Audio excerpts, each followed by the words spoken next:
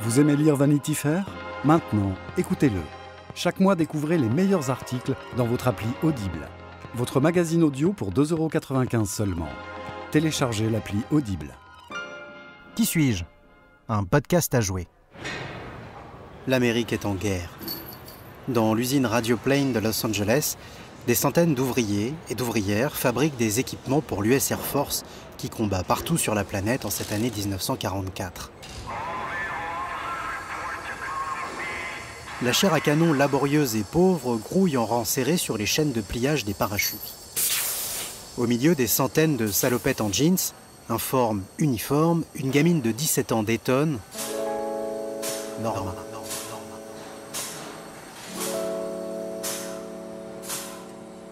L'équipe de tournage qui débarque un jour dans l'usine pour filmer les ouvrières au travail et exalter l'effort de guerre du pays ne s'y trompe pas.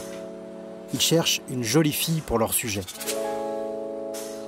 Et la plus jolie de l'usine, c'est Norma. Sur elle, l'uniforme informe devient haute couture, comme cousu sur sa peau.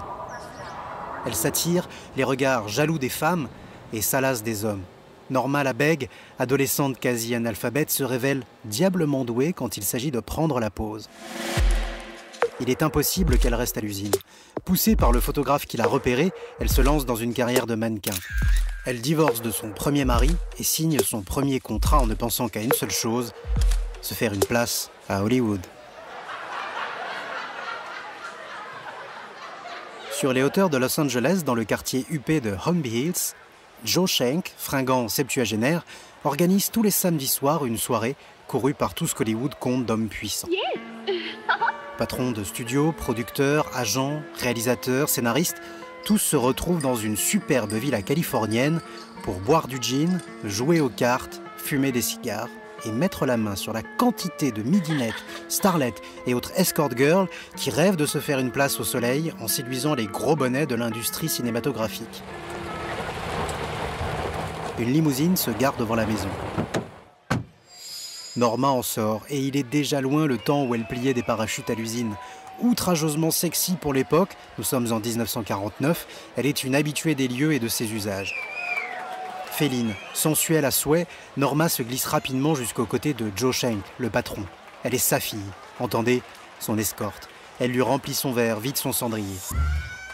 Norma, c'est ce qu'elle veut et c'est ce qu'elle fait. Dans une Los Angeles machiste et profondément misogyne, quand on est une gamine jolie mais pas éduquée, sans soutien et sans argent, pour réussir, il faut séduire. Or, Norma excelle à ce jeu de séduction. De toutes les starlettes qui passent dans ces fêtes lugubres, elle est de celle que l'on retient. Celle avec laquelle les hommes ont envie de passer du temps, une nuit. Et son abnégation va payer. Grâce à Joe Schenck, elle décroche un contrat avec un grand studio de cinéma. C'est le début de sa carrière sur grand écran. Please, allow me to show you something.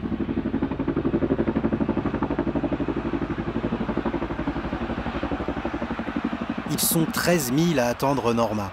13 000 soldats de l'armée américaine en rang serré dans le froid de l'hiver coréen.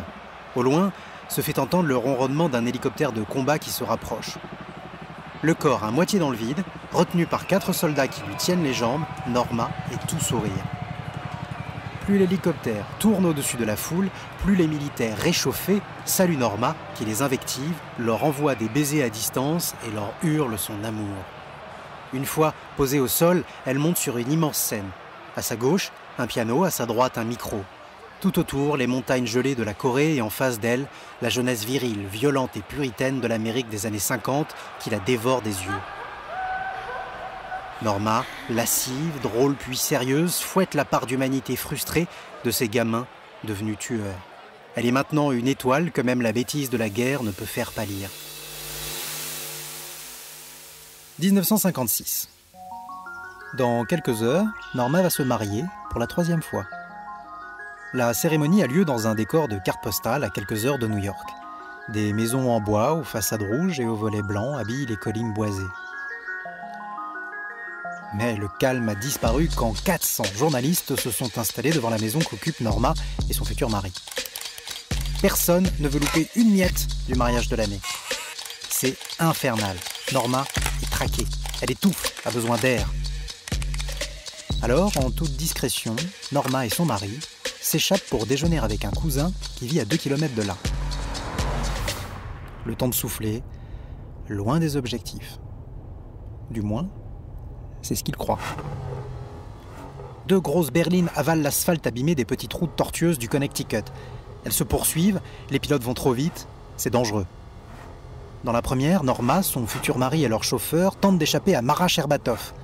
Mara est une journaliste correspondante de Paris Match à New York qui a réussi à surprendre les futurs mariés en goguette et, sentant le scoop, a décidé de les suivre. Se profile au loin un virage traître. Les gens du coin le savent bien, ici il faut freiner.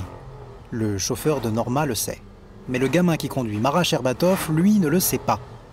C'est l'accident. La voiture de la journaliste percute un arbre, pleine face. C'est une boucherie. À 2 km à la ronde, tout le monde a entendu le choc.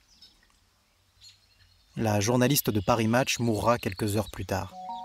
Et à peu près au même moment, sonnée mais déterminée, entre tristesse et bonheur, Norma, la star de cinéma, se marie avec Arthur, le génial écrivain. Elle est une icône du cinéma et de l'Amérique. Alors, qui est Norma ?